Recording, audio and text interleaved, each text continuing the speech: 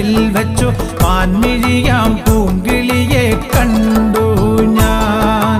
അമ്പലക്കുളക്കടവിൽ വെച്ചോ മുണ്ടകപ്പടവരമ്പിൽ വെച്ചു മാൻമിഴിയാം പൂങ്കിളിയെ കണ്ടു ഞാൻ.